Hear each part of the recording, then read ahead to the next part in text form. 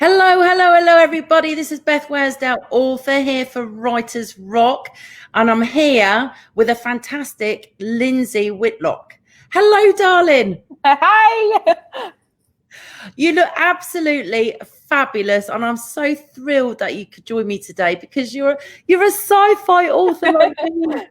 Yes, I know. I love meeting other sci-fi authors. I've been so excited, Lyndsay, and you're my first female sci-fi author that I've interviewed as well. So I'm like doubly excited. Awesome. Before we go any further, Lyndsay, I am just going to quickly share us with everybody on the Writers Rock group and the Writers Rock Readers group. If that's all right with you, I've just got to make sure that I can see us. We are streaming live. So let me just quickly, I'll pop on through and share us around as well. My trusty phone. Okay. Yes. Share. Okay. So, right post and to group, Writers Rock, posts. I'm getting so efficient at this, Lyndsay. I even surprised myself at the moment. Writers Rock readers, post, and I'm sharing us everywhere. Yes, post. Fantastic. I think I'm all done. Are you all shared?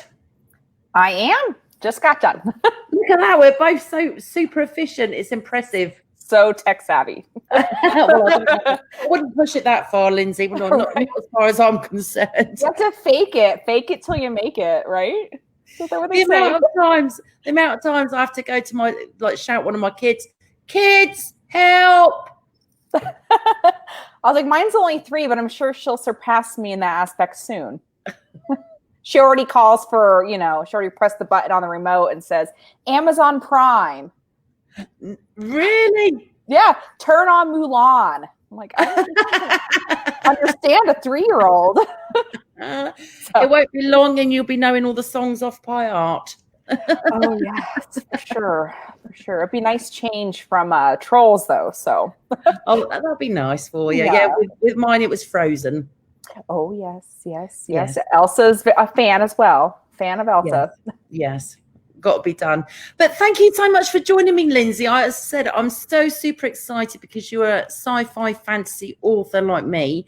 And I think it's just absolutely fantastic. And my gosh, I mean, you've got 3 book series that are out and available. I do. Yes, I have 3 series, 2 of them incomplete, but working on it. It's just amazing. So tell me, how on earth did you get started? Oh my gosh. I was thinking about that because I knew you were going to ask it. And I don't really remember exactly how I got started. I'm a very avid reader. I'd go through sometimes 8-10 books a week. Wow. And I'd always loved reading and I liked writing. And I just one day started up a book that had been in my head. And I took it to a critique group for a long time and just kind of worked on it and learned and just explored and then totally fell in love. That's just amazing. But what actually inspired you to write it in the first place? I mean, was it something you read or where did your inspiration come from? Yeah, so my inspiration comes from, of course, other books that I read. I love science fiction romance, but I love a good space battle and adventure. And I love what inspires me are things like comic books and superheroes and science fiction and space operas. And so I just kind of combined all of that craziness into one book. And I learned I couldn't incorporate everything into one book. So thankfully my critique group helped me with that. That's just fantastic. Now, how on earth did you find your critique group? Because I know a lot of authors do struggle to find groups and help and support that they need, especially on a local level. So how did you find yours? Yeah, so I found mine on a website called meetup.com. A lot of areas have meetup.com, but usually people do it professionally. But there's also hobby groups on there. So I walked into a critique group that was in my same town, like 10 minutes away from my house. And the minute they told me I had to read my work out loud, I nearly cried myself. Oh, I was like terrified. And I don't even think I read the first night. I think I just kind of listened to everyone else's stories. And it's cool because you get a lot of different input and people in different levels of writing. It's also hard because you get some people who could give very bad advice. So my rule for authors is, don't listen to everybody. Like take opinions and listen to them and feel them out, but don't just take one person's opinions and then just input them all, because, some people aren't going to give the best advice, especially if it's cross genre, or, if they're, so some people are just kind of mean. So, that's, just listen, but don't automatically assume that they are correct. Do you know, I absolutely agree with you. And since I started, I have been given some terrible advice. But I always think that as a new author, it's important to try and emulate those who are the most successful, checking out other author pages who are, very driven and successful, especially in, with social media and stuff like that, because it is so huge now. But you're absolutely right. I must admit, I tried a critique group. I went twice. And like you, I found it on meetup.com, which is a fantastic way to meet any groups with the same interest as yourselves.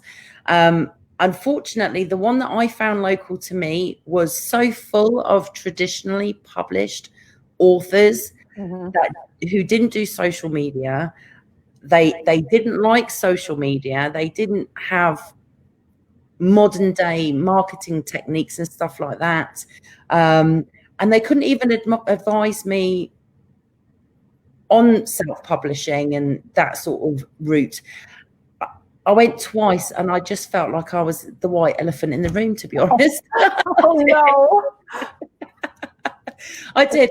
But, it is all about trial and error, isn't it? I mean, you obviously got something out of going. Was you still going up until the pandemic started? No. So I actually quit going to critique groups probably 2 books in. There's just a certain point too where you have to be able to push forward and know that what you produce and what your editor says is accurate and it resonates with your readers. Yeah. Because critique groups is great, but you can only read maybe 1,000 words each time. So if you go through your whole book like that, it's going to take forever. So yeah. And I want to say creating a writing community, I think, is the single most valuable thing an author can do, especially if you're new. And help others, reach out to other people and see how you can help them in their writing journey and create a tribe. Yeah. That's been the most valuable for me, is creating a tribe. And if anyone needs help finding critique partners, I know a ton of writers now and would be able to hopefully connect them with some people. So if anyone needs help out there, that's fantastic. Do you know, I mean, this is why I got involved in the Writers Rock group. And I know Wanda's watching. Hi, Wanda. She even put this comment, look, bless her. She said, listen to Best Sci-Fi Fancy in her best English accent. I know, it's awesome. I think that's why she calls me. So just so she can hear me talking, you little minx. I would do that if I had phone numbers.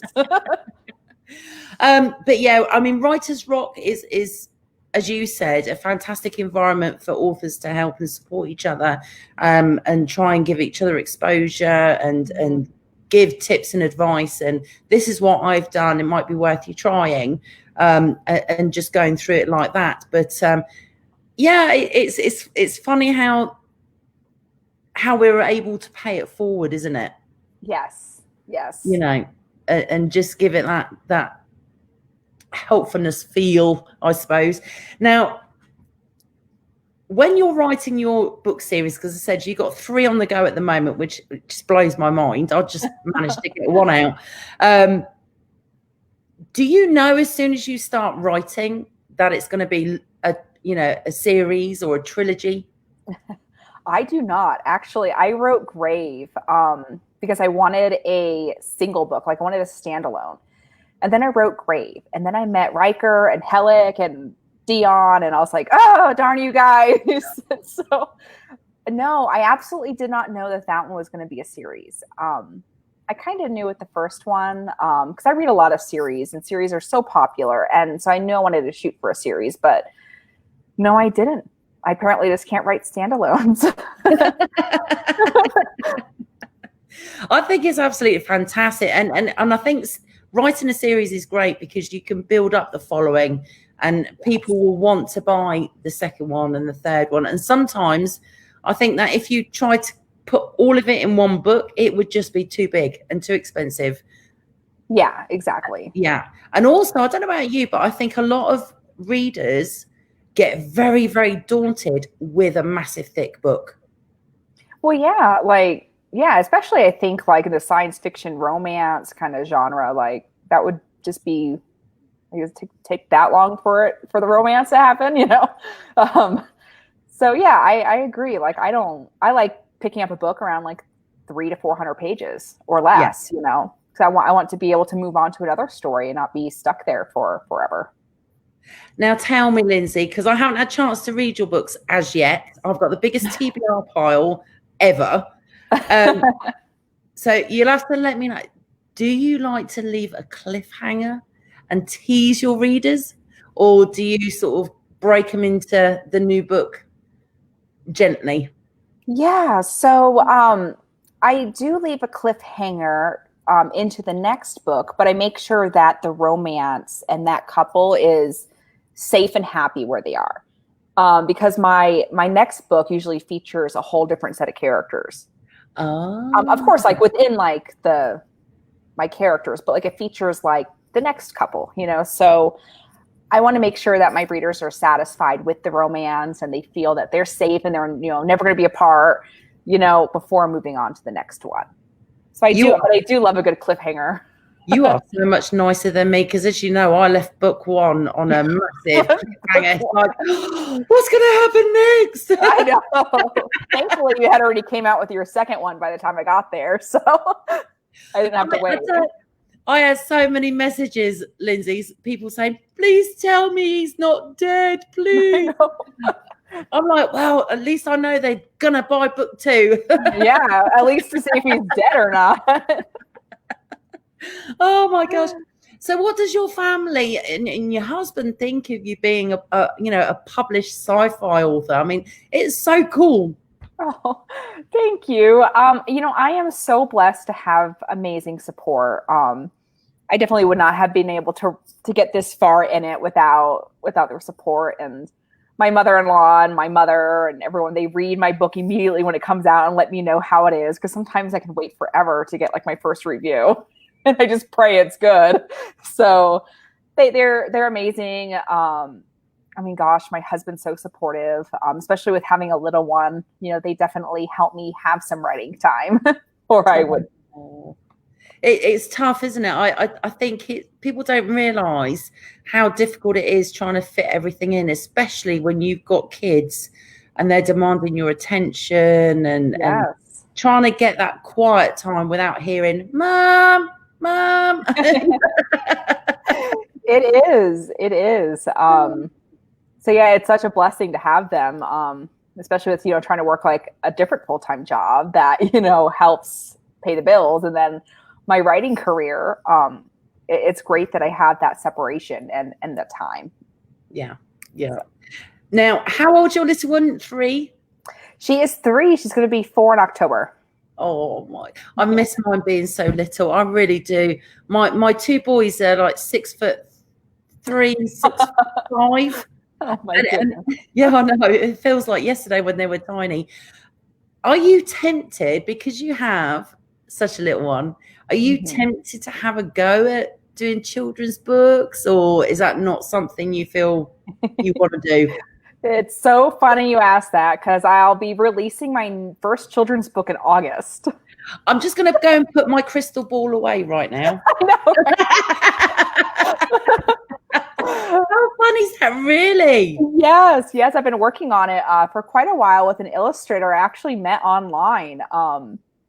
And yeah, we're super excited. It's called Silly Shadows, and it's about how the shadows can look a little scary at night, but they're really just a little silly. Do you know what? I absolutely love that idea, Lyndsay, because I was one of those kids. Oh, me too. I was. Anything like that was like, oh, used to freak me the hell out. So that is such a lovely thing for you to do. Is it going to be like a standalone book, or is it going to be a series, or? Yeah, so that one's a standalone. So it's actually kind of it's adapted from a song my daughter and I used to play, like sing at night. And we would do like the little shadow puppets, which I'm actually terrible at, by the way. Like I can do, like, this is a bunny, right? And this is a dog. those are shadow puppets I do. And I would show her and then teach her how to do them. And we would just sing a little song. And then I adapted it into the children's book. And it's been fun. It's been a whole different experience from my my usual, science fiction romance novels.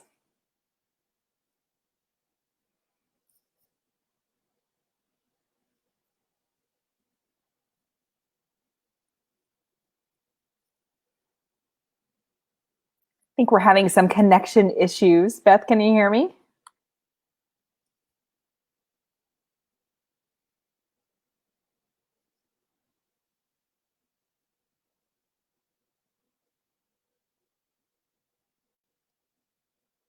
Beth? Well, while we are waiting on Beth, I'll just kind of go over my new project that I'm working on right now. It's actually, I'll be doing the cover reveal this weekend. And it is a Christmas novel. It's my first Christmas novel. I adore Christmas. It's my favorite holiday. I love having multiple trees. Lyndsay, hey! Darling, I'm so sorry. No worries. I think it's StreamYard. All of a sudden, my whole thing just closed down. Oh my! And I know it's not my internet, because I'm literally getting I can see messages coming through on Facebook that I'm not actually looking at. But right. I'm so sorry. All I heard was Christmas release. I was just kind of talking to myself. You are absolutely awesome. I'm so sorry, darling. You're going to have to repeat that. So what's happening at Christmas? Yeah, so I was just saying that I am working on my very first Christmas novel that'll be released this year. Oh my gosh, that is so exciting. Is that a standalone as well? Well, it was going to be a standalone. And then I'm so bad. I can't help myself. So originally, yes, it was going to be a standalone Christmas one, but it's so hard when you develop a whole world, when you develop a whole world and culture and history and characters, and then just to be like, oh, you guys only get one novel. It's hard because there's so much more. Yeah, it is super, super hard. And you're right, because, like you, when I'm writing, my characters want to go off in a completely different direction, or they'll throw something into the mix. I'm just about to go to bed and then something pops in my head and I'm like, God damn it. Now I've got to write another chapter. Oh, yes.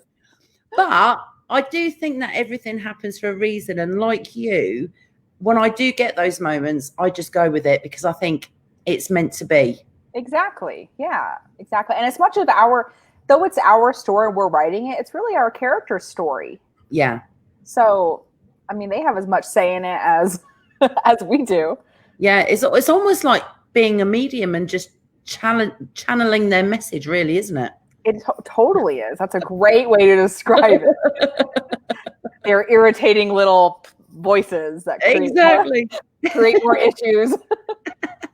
So what's the Christmas one going to be about then? Sorry, my eyes are streaming. Yes, well, it's a little bit more magical than some of my other books. Though my books are considered light sci-fi and more space opera.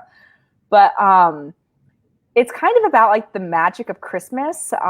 My hero, Jar, he lives on a different planet, and he is experiencing some Christmas traditions, and he basically finds himself teleported into Holly's bathroom on Earth.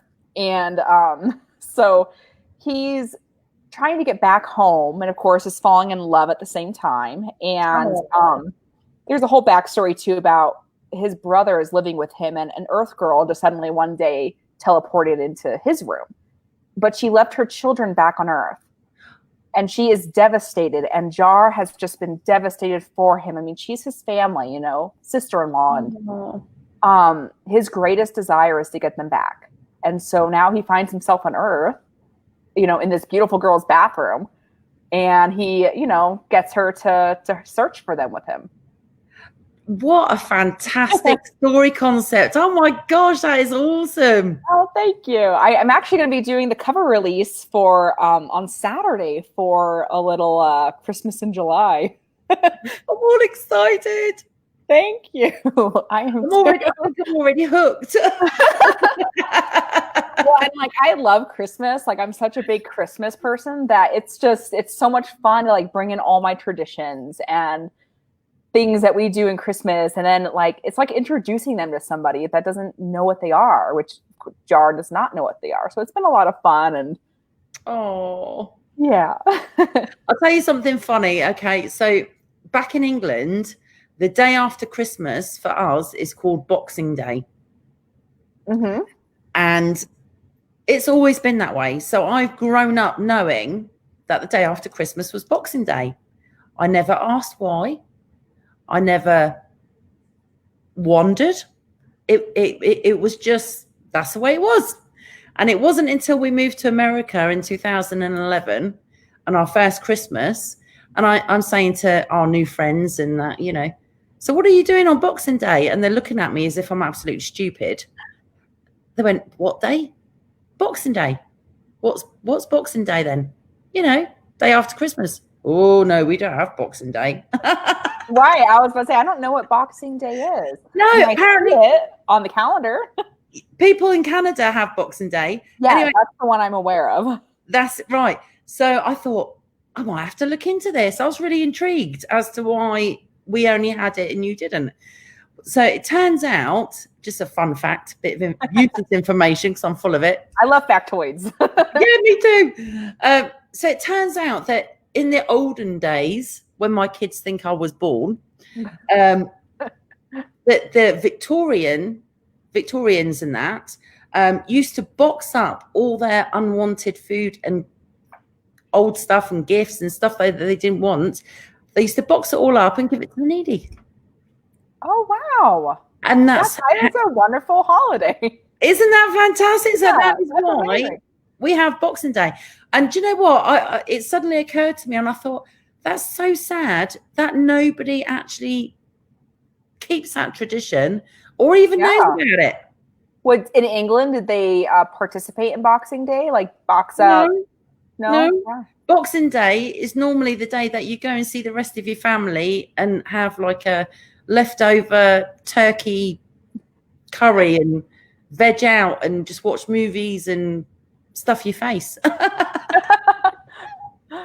All right. Yeah, that's interesting. I think it would be an awesome holiday. I mean, an awesome tradition to partake in. It would be great. Do you know, I'm so tempted, Lyndsay, to try and get it renewed and to actually bring back the true meaning. But I think to do something like that, you have to be quite rich and famous, and I'm not yet. Well, like you have enough work on your hands, man, being an author. I know, right? Perhaps you convince the world now to do Boxing Day. Perhaps I just need to create a hashtag. Hashtag Boxing Day. Hashtag, yeah, exactly. I might have to mark my calendar and start it soon. So what are your plans for the rest of the year? I mean, obviously, you know, the pandemic's got all of us sort of stuck in our houses and stuff. And I don't know about where you are, but California is now closing back down again. No. Because so many cases. How's it affected you and your writing and what you would normally do to promote yourself? Well, you know, I'm what I like to call an undercover author, where I just kind of like, especially with like having Hayley and being a new mother, like I kind of hid in the shadows for a couple years and just wrote. Yeah.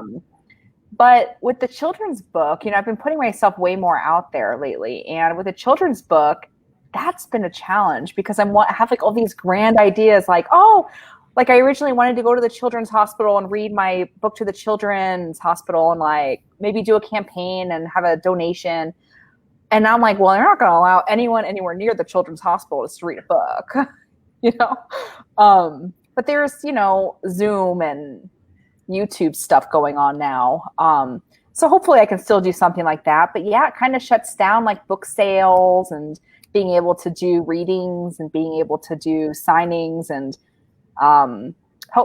just depending on how things go, like maybe during the holidays and stuff, I can do like, craft sales or stuff like that. But it just it's all up in the air right now until things open up.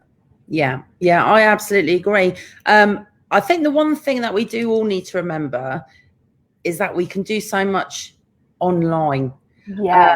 Maybe you could reach out to, like a nurse on one of the children's wards locally and say, look, I would like to, cheer up the children in the children's ward because I know they're not getting as many visitors and everything else. Maybe if you wouldn't mind taking in your iPad or something like that, we could do a live Skype. That'd be amazing. Or even like if they do it on their TVs and if they have streaming capabilities on there, that would be great. And maybe I could like have Spider-Man or something read it. Well, more exciting. Yeah. I mean, the beauty of technology right now is the fact that it's given us so many various options, doesn't it? Yes.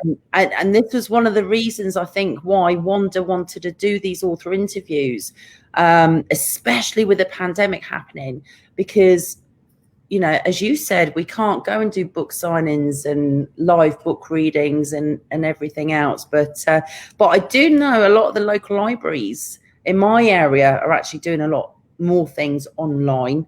So it might be worth you reaching out to them as well. Yes, there's been a lot. There's the big Sci-Fi Convention, Mile High Con, that's actually happening online this year. Oh, really? Yeah. And, I've never been able to do it. Just with, Hayley and stuff, I've never been able to arrange it. But this year, because it's online, I'm going to give it a go and check it out. And I think it's interesting that people are so creative to be able to move a big event like that online. Yeah. Like it just blows my mind. It's just amazing, isn't it? I tell you, we are so lucky. And I don't know I'm not going to ask your age. I'm nearing 50 and I'm in complete denial still. But just in my lifetime, since I was a child, technology has moved on so fast. When I was little, I remember us having a black and white television with only 3 channels. And then it was a big thing that all of a sudden in England, we had 4 channels. It was, I was the remote control for our right. TV. Yeah. Someone had to get up. Exactly. But now we're in an era where technology has moved on so drastically, and it's almost, I don't know about you. Are you a Star Trek fan? Yes. So in the old Star Trek series, when they had all these swipe screens and stuff like that, and now we're doing it on our phones. I know. It's crazy. It is. But do you know what? As a sci-fi author, the possibilities now are limitless, really, aren't they? When you consider how much sci-fi has come on, sci-fi books, sci-fi movies. Oh, yes. It almost makes me wonder, oh my gosh, you'd have to really come up with something quite clever to get past today's technology. Yeah, definitely. I think it's challenging, and it's fun. That's what I think makes it fun, but it is also incredibly challenging. Especially the sci-fi book, like you can date your book super easy without meaning to. So yeah, I think it's phenomenal. I wish I remembered like the exact stat, but like we're in like the age of information, like really the information that we have access to is really like within like the past like 6 years or something. Yeah. Like that's crazy. When I heard that, I was like, oh my gosh. Like, I mean, I guess that's true, but holy cow. I didn't realize that, just with the internet, with the access of the information that we have nowadays, it's crazy and it's exciting. I love reading about new, how far they can view into space and all the new things that they find and theorize about. I mean, it's fascinating. Now, are you a bit of a science nerd like me? Because I must admit, I am fascinated with outer space, what NASA is up to. Elon Musk and what he's doing is just mind-blowing. Do you keep up to date with all that sort of thing? Yes, I love science. I really wanted to take like astronomy and stuff in school, but I was never quite good enough at math to be able to make it into the classes. I know that feeling. Yeah. Thankfully, math equations are not part of my book, so it's okay. Thank you, Lord. Yeah, I'm such a science nerd. I love hearing about and like biology too, and just like learning about like geology, biology, any kind of science I love. I actually like stayed up all night when they were landing on Pluto or doing the drive-by, and everything, and wanted to be the first to hear about it. So it's just fantastic, isn't it? Yeah. I must admit, I'm just as fascinated as to what they're discovering really deep in the ocean. Yes. As well, because they're uncovering so much. My imagination is just going riot at the moment. It really, really is. Now, let me ask you, what's the weirdest thing that you've ever had to research for one of your books? Do you want it clean or do you want it? No, I'm kidding. I don't think we've got any children watching. So the weirdest, if you they ever got a hold of my Google searches, it would just be a weird right? I'd probably be in prison. Yeah, I know, me too. Yeah. They'd be fearing for my husband's life. The weirdest thing that I had in my mind for one of the books that I was going to do sex in space, without gravity, in a spaceship. And I threw that out real fast. Because it just got just researching was just this wormhole of weirdness, and it just didn't even seem like it would be doable. But on the other side, I've researched poisons and gases and weaponry, just all sorts of stuff. I'm sorry, Lyndsay. I'm still thinking about the whole. I know. Well, it's hard. So if they're floating around, it just doesn't. I don't know. I just couldn't it's not just that. I'm just thinking of body parts that zero gravity, just floating around. And I don't know if that would be I don't know if that's our most flattering look either. Anti-gravity. I don't know. I think it depends how many wobbly bits you got and how big your bits are. I think, but yeah, I know there's a lot of information that you'd have to think about, and I'm it just seems like a lot. And for one, why is there no gravity on their ship? And why are they at that point doing it? I don't know. Yeah. It's just mind blown, isn't it? Now, with your books, obviously, you've got part Earth, part other planets. Do you base your imaginary planets on? Sorry, I'm having a hot flush now talking about. Whoa. It's not just a conversation, unfortunately. Do you base your planets and everything on actual planets, or do you completely just world build? How do you create them? Yeah, so actually my series takes place they're not in Earth or have access to Earth at all. But yeah, my planets are like things that I've like seen, and usually it's from like one of those like craziest planets, in our solar system, things like that. And I just gotta have it. But one of them was like from Jupiter, was a big one that I, had that used as my inspiration. One of my planets is basically all tunnels underground, and that was from reading an article.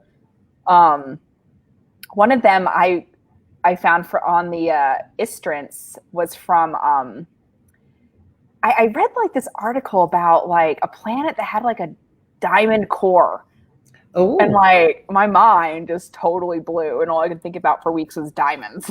So, well, they're all girls' best friends, apparently. Yeah, it was like a carbon, dense planet, and so that kind of used that as my model. So yeah, it is like on planets that exist. Most of them are like the ones that the scientists are theorizing on, based on images and stats and stuff they're pulling from telescopes of far away planets, but yeah, so they usually do. It's amazing, isn't it? I don't know about you, but when I mean, obviously you've read my first two books. When I'm introducing new planets, and I know you haven't had a chance to read book 3 yet, but book 3 of mine, I've introduced so many different alien species and cool. different planets, because it's like a great big finale, epic, battle. I can't wait to read it. But do you know what I really struggled? Well, I wouldn't say struggled, but I think what took me the longest time was getting around the fact that grass is green, leaves are green, soil is brown. All the things that we just look at and accept as that is the way it should be. And then when you're trying to invent a new planet, what color should you do the grass? What color should you do the leaves? Are there trees? It's stuff like that takes time to actually figure out, because not only do we want to create something new in a new world, but we want the reader to be able to visualize it and accept it. Yes, I totally understand that, and I'm so excited to read your book. I love introductions to new planets and alien species, so I can't wait. But do you find the same thing though when you're writing about a new world? Trying to change your thought process on what you have accepted for us and what you're trying to create. It is, yeah. It takes a lot of energy to create a new world and not have it in some way resemble Earth or what we're familiar with. And then like, even then, sometimes I feel like I'm like, oh, I need something more. Like I need some sort of pizzazz. Like, it's difficult. Yeah. Trying to find that wow factor. Yeah, exactly. Especially if you're doing a whole bunch of different, like what makes them different? And then if you have to like go into like social aspects and political infrastructures, I mean, that it's fascinating and exciting to do, but it's hard. Yeah, and time consuming. Yeah. Oh yes, for sure. I think unless you have actually had to do something like that, I don't think people truly understand how much time and effort it takes to actually create a whole new world or a whole new species and everything that goes into it. It's crazy, isn't it? We've got Lisa who's joined us as well. Hi, Lisa. Hi, Lisa. Lisa says, if we can't all live with Mars, I can't imagine what we do underground. Do you know what? She's absolutely right. I've only been out when I've had to be, shopping and stuff like that. But even then, it's just like food and basic stuff. Yeah. We have seen so many people with masks. And I think Lisa's right. Trying to get everybody to wear a mask is proving to be a bit of a nightmare, hence why all the cases are going up at the moment. But to live underground like a mole, that's quite mind blown, isn't it? That's a really, really good point, Lisa. So your characters who live underground. Yes. Well, and so the underground, the tunnels was from my first book, Matched. And it was actually, they were doing a rescue mission there. And Sarah was from that planet. So that's kind of how they knew. But like the top of the earth is just kind of scorched and barren. Right. But then if you get under, then there's tunnels and, there's structures and capitals. And, it's pretty involved once you get in. So it was their protection? The what? I'm sorry? So it was their only way of surviving, being underground was their protection? Yes. And it actually proved pretty effective with like the war that was going on, to stay relatively hidden. So that's amazing. That's absolutely amazing. Now, not only do you have all your series and the ratings are absolutely amazing. Oh, thank you. But you've actually gone one step further than I have, because you've actually done audiobooks. Yes, I love doing audiobooks. And they're actually, I think authors think they're either actually harder than they are to do, especially with like the programs that they have out there. So how did you get into doing your audiobooks? I mean, because I've got to be honest with you, I've researched a few different companies. That is as far as I've gone. But how have you actually found the process, and how did you find the company that you used, and tell us all about it? Yes. So I went to, like with my first book, I just decided to pop on to Audible. ACX is what like the back end, I guess, calls ACX. And I put it on there, and I was so like couldn't afford to pay someone up front. So I was like, oh, I wonder what this would look like if it was royalty share and how that would go. And thankfully my first book, Matched, had done very well. And so it had the reviews and everything, and it was picked up by Anna Crow. And she narrated it beautifully, and it was amazing. And a great experience. And I just, I was like, why not? Like, I didn't do a whole, now I'm getting more into extensively like looking for different programs and stuff and seeing what is a better fit.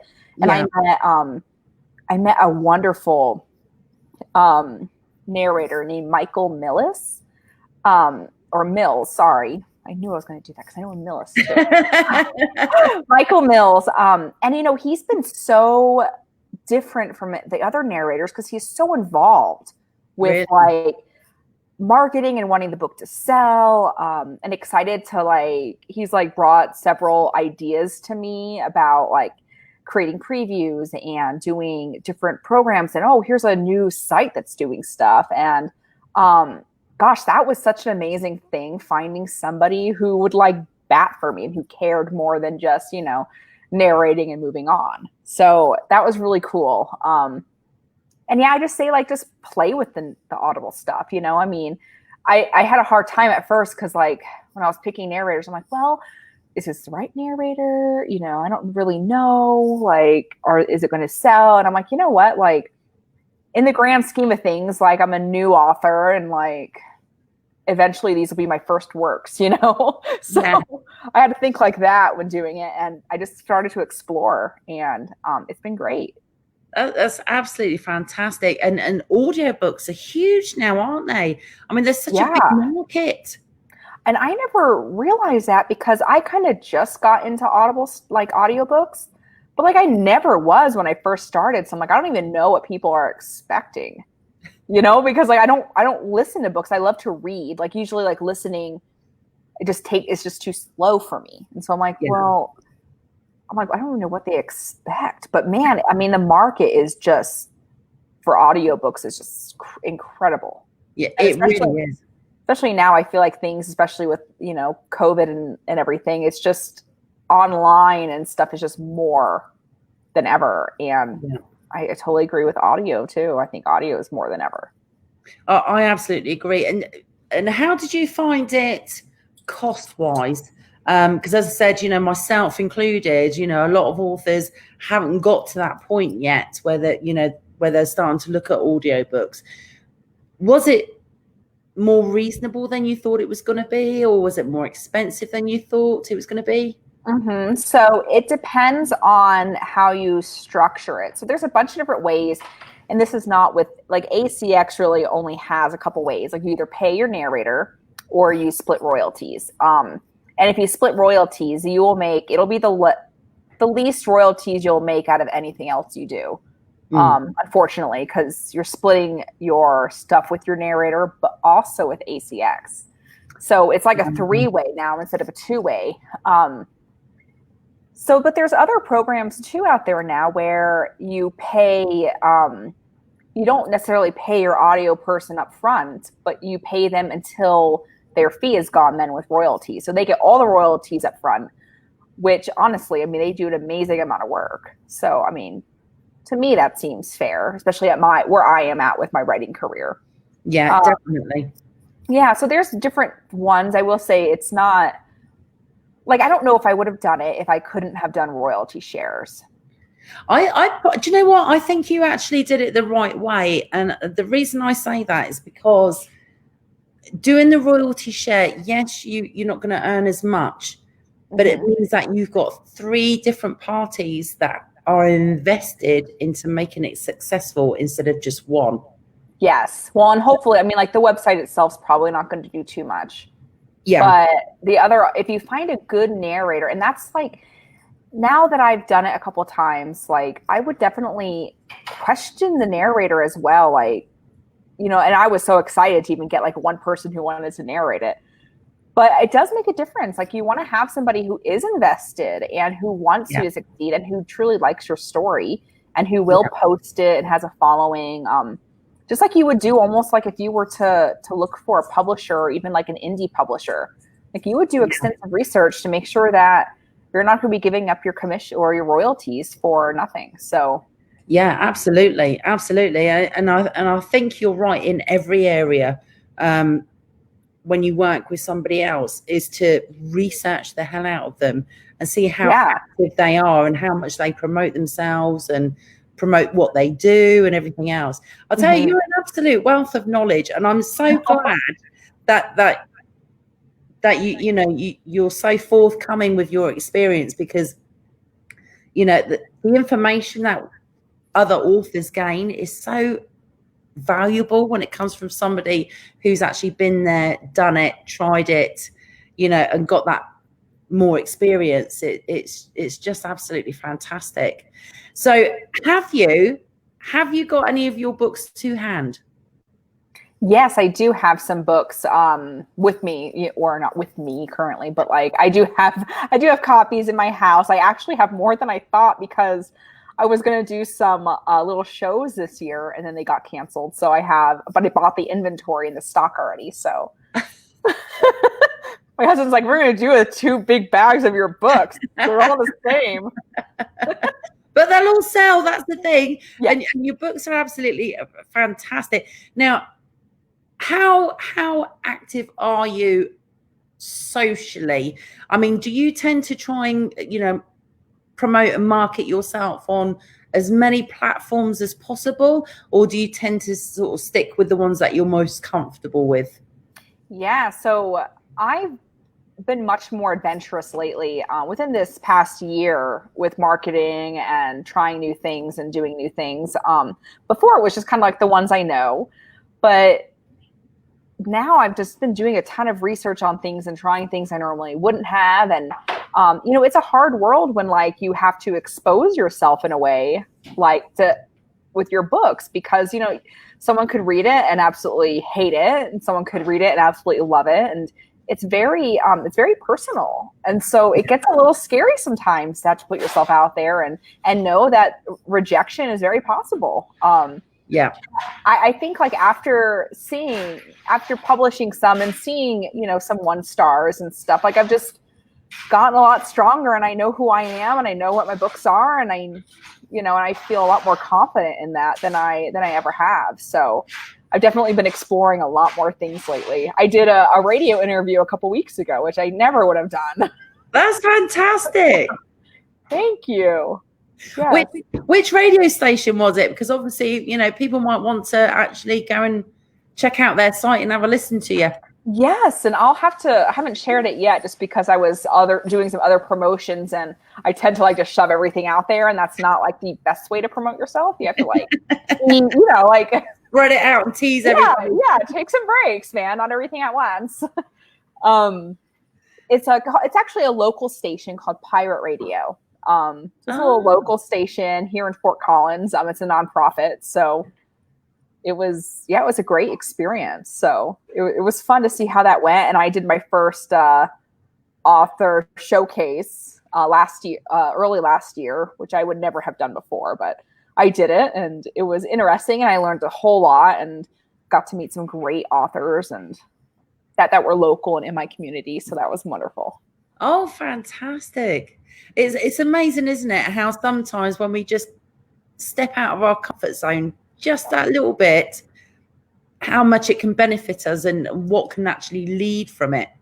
Definitely. And, I think I was surprised about how well received most people are with others. Like, yeah, I mean, most people are excited to watch you grow and help you succeed. It's not always, as scary as you think it is. So yeah, that's the thing, isn't it? I think the hardest part as authors is taking,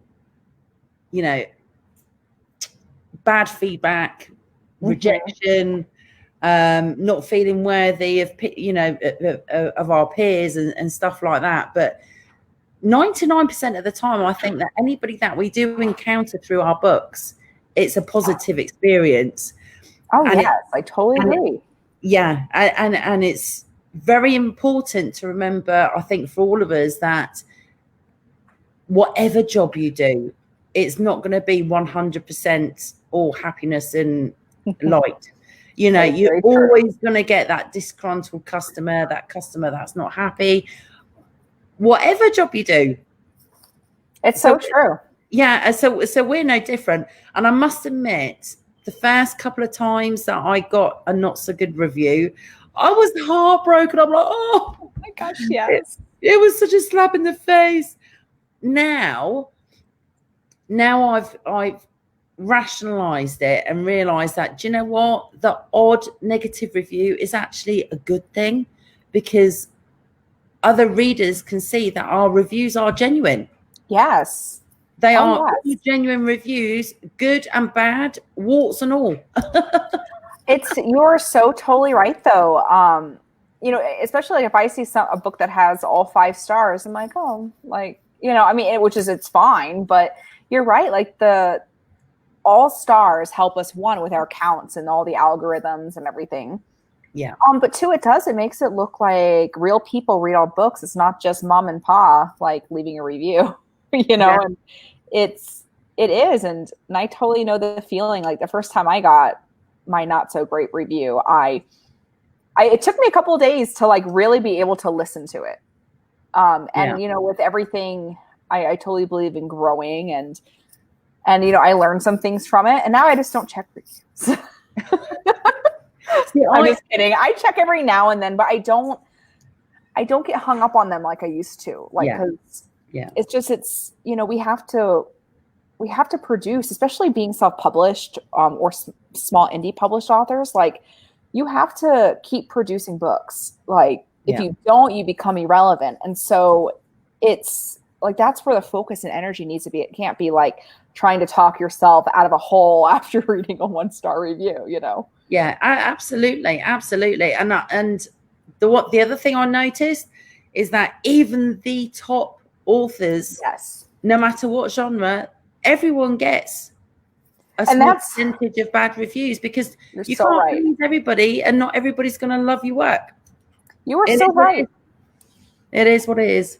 And there's been books where like I thought that was the most amazing book I've ever read, and then I look on their reviews, like as I'm like trying to review them, and they'll have 1 stars and people are nasty, and I'm like, well, at least it just shows you that what we're doing is an art form, and not everyone is going to like the same thing, and not everyone's going to appreciate the same thing, and that's okay. It is totally okay. Yeah, absolutely. Absolutely. Do you know what? I am so glad that we got to talk today. And I can't believe the hour has gone so bloody fast, Lyndsay. It's ridiculous. It totally has. Be careful. I'm good at claiming best friends, so I love that. Especially as we've got so much in common. I love it. No. Lyndsay, would you do me a favor, darling? Because I'm so super excited about your upcoming books, especially the Christmas one, because I'm so intrigued. And I'm so intrigued about your first children's book as well. That is fantastic. You want to keep an eye, and this is for you or anybody that's watching as well. Keep an eye on the Writers Rock group, because Wanda has plans in the children book environment. I kind of saw something going on. There might be something happening. So everybody needs to keep peeled. Lyndsay, you are absolutely epic. I have posted all your links underneath the video. Thank you. So please check out, everybody, please check out Lyndsay's books. And if you are only just watching, if you've just come in from work or whatever, and you're only just watching the video, but you would still like to ask Lyndsay a question, please ask away. Make sure you tag Lyndsay's name in the comments so she can actually see it, because we will be posting this on multiple places. So if you tag Lyndsay or her page, her Facebook page, which you should like, then obviously Lyndsay will get a notification and she can find it straight away. But thank you so much for joining me, Lyndsay. You are absolutely wonderful. And will you please come back when your Christmas book and everything's out? I would be honored. Thank you so much. I'm so excited. You're so cute. Oh, do you know what? You've made my day. Thank you so much, everybody, for joining us and having a chat and everything else. Please feel free to ask questions. We'll be sharing this everywhere on Instagram, YouTube, and the Writers Rock group and the Writers Rock Readers group. And we hope that you will join us for our next interview. Thank you, Lyndsay, and I will see you soon, my darling. Bye. Bye, darling.